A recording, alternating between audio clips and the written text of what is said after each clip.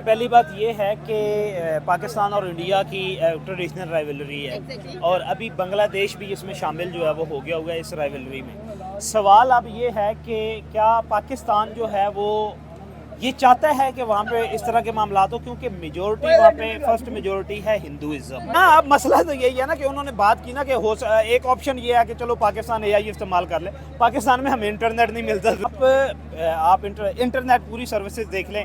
Amazon पे सबसे ज़्यादा इन्फ्लुएंस जो है वो इंडियन, गूगल पे सबसे ज़्यादा इन्फ्लुएंशियल जो है वो इंडियंस, यूट्यूब पे इंडियंस हैं, आप फेसबुक पे इंडियन है, फेसबुक व्हाट्सएप भी उन्हीं के पास है। तो आप इसमें आप ये देख लें कि इस तरह की कोई कंट्रोवर्सी अगर बाहर से आउटसाइड द बाउंड्री कोई करता है कि वो इंटरसेप्ट नहीं कर सकता। इंडियन एक स्टेट नागपुर जिसके अंदर दो कम्युनिटीज आपस में भिड़ती हुई दिखाई दी है और इसका जो सारे का सारा ब्लेम है वो बांग्लादेश और पाकिस्तान के ऊपर डाला जा रहा है कि ये अपनी कम्युनिटीज बनाते हैं ऑनलाइन और मलिशियस जो कंटेंट है उसके थ्रू ये जो इंडिया है उसको टारगेट करते हैं, उनकी कम्युनिटीज को टारगेट करते हैं। सर क्या कहना चाहते हैं कि ये बात सच है कि अगर बांग्लादेश की भी बात की जाए तो इंडिया के साथ टसल नजर आ रही है और उन्होंने कहा है कि जो इंडियन आर्मी है या जो इंडियन गवर्नमेंट है वो कुछ भी इस चीज़ के ऊपर इकदाम नहीं कर रही है, कुछ भी कह लें कि उनके खिलाफ कोई फैसला नहीं सुना पा रही है। एंड सेकेंडली पाकिस्तान के बारे में भी सेम टू सेम यही बोला जा रहा है कि पाकिस्तान भी इसी तरह करता है कि भाई इंडिया के अंदर डिफरेंट कम्युनिटीज़ को लड़ाने के लिए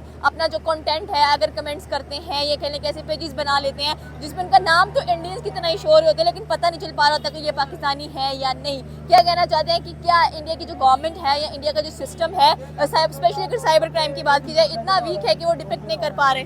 देखिए, पहली बात ये है कि पाकिस्तान और इंडिया की ट्रेडिशनल राइवलरी है और अभी बांग्लादेश भी इसमें शामिल जो है वो हो गया हुआ है इस राइवलरी में। सवाल अब ये है कि क्या पाकिस्तान जो है वो ये चाहता है कि वहाँ पे इस तरह के मामला हो, क्योंकि मेजोरिटी वहाँ पे फर्स्ट मेजोरिटी है हिंदुइज्म, सेकंड मेजोरिटी है मुस्लिमिज्म और पाकिस्तान में आपको पता है कि 97% मुस्लिम है। पाकिस्तान हमेशा क्लेम कर रहा होता है कि मुसलमान वहाँ पे जो हैं उनके साथ हिंदुओं की तरफ से नारवा रवैया जो है वो रखा जाता है और पाकिस्तान को इस बात का भी पता है कि अगर दरमियान में कभी भी इस तरह की कंट्रोवर्सी, कोई तजाद, कोई दंगा फसाद होता है तो अल्टीमेटली लॉस जो होता है वो मुस्लिम्स का होता है या जो इंडियन मुस्लिम्स है उनका होता है। तो पाकिस्तान ऐसा क्यों करेगा? उसकी रीज़न अगर करता, सपोज पाकिस्तान आप ये कह लें कि कोई एआई के इस्तेमाल से या अपने कोई ग्रुप शेयरिंग से, लगता है पाकिस्तान में एआई इतनी स्मार्ट चल रही है हमें तो नजर नहीं आती। वही ना, अब मसला तो यही है ना कि उन्होंने बात की ना कि एक ऑप्शन ये है कि चलो पाकिस्तान एआई इस्तेमाल कर ले।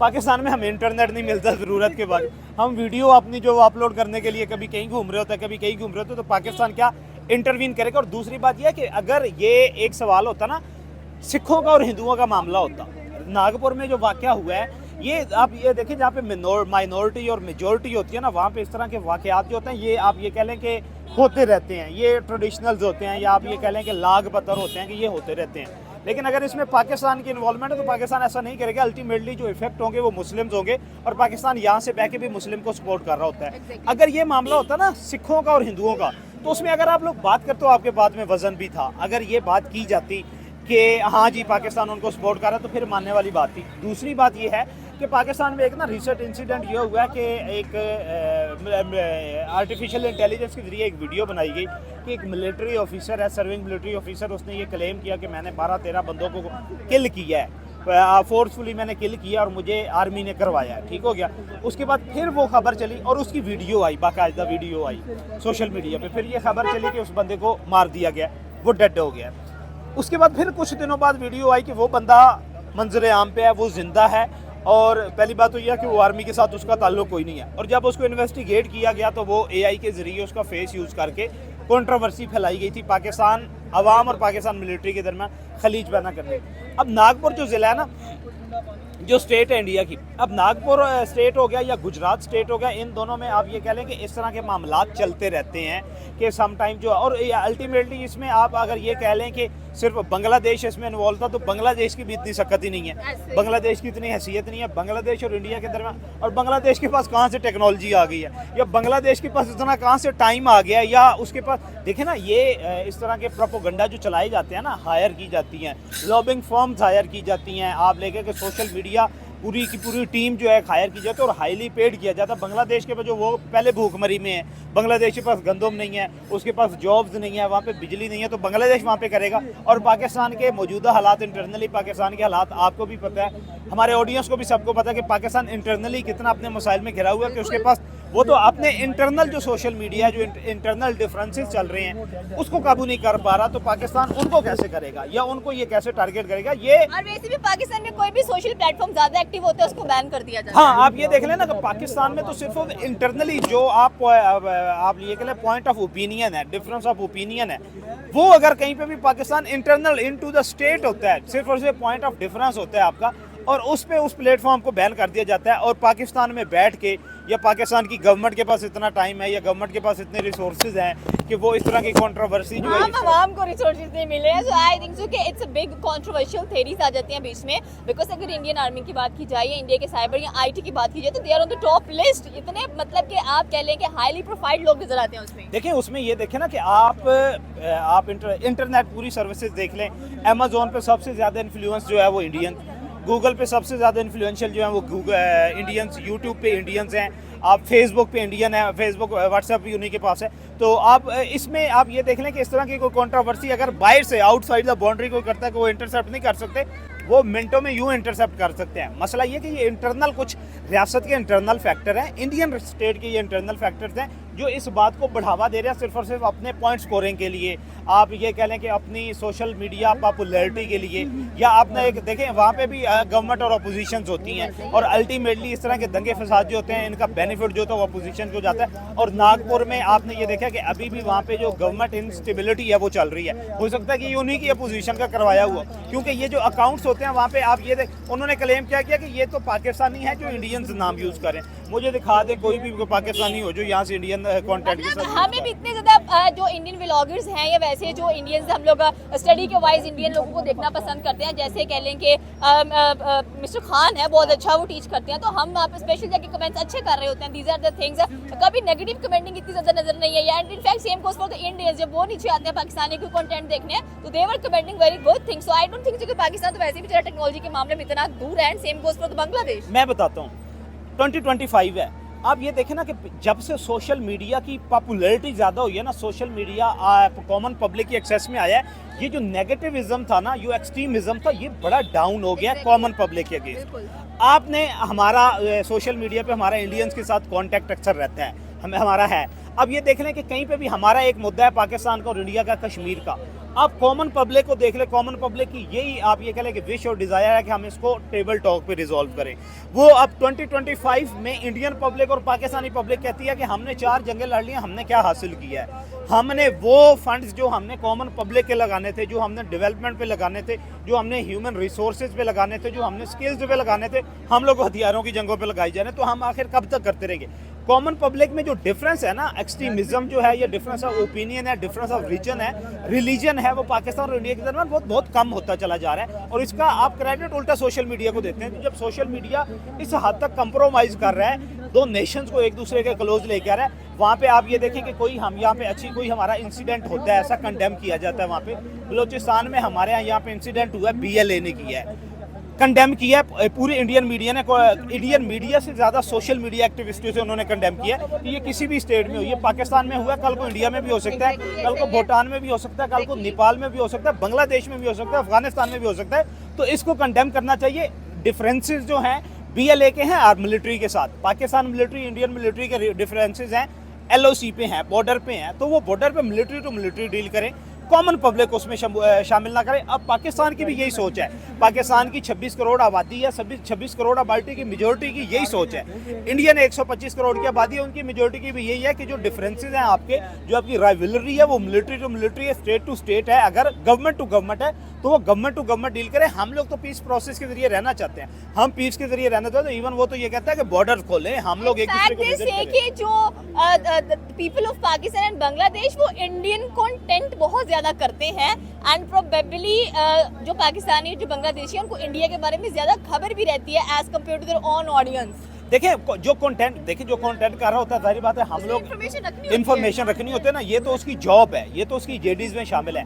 अब वो आप देखें ना, इन्हीं ने तो ये क्वेश्चन रेज किए हैं कि ये जो कमेंटिंग आपके पास आ रही है, ये जो कम्युनिटीज बन रही है, ये हम लोग नहीं बना रहे हैं, ये इंटरनली ही बन रहे हैं। आप इंटरनली इसको इन्वेस्टिगेट करें तो आपको पता चलेगा इसका खुरा कहाँ पे जाके मिलता है। इनसाइड द स्टेट मिलेगा या आउटसाइड द स्टेट मिलेगा, तो जो एंटी स्टेट एक्टर्स हैं ये उनकी तरफ जाएगा, जो कि हिंदुस्तान के एंटी स्टेट एक्टर्स हैं। पाकिस्तान या बांग्लादेश को उसमें शमूलियत जो है वो बड़ी कम मिलेगी।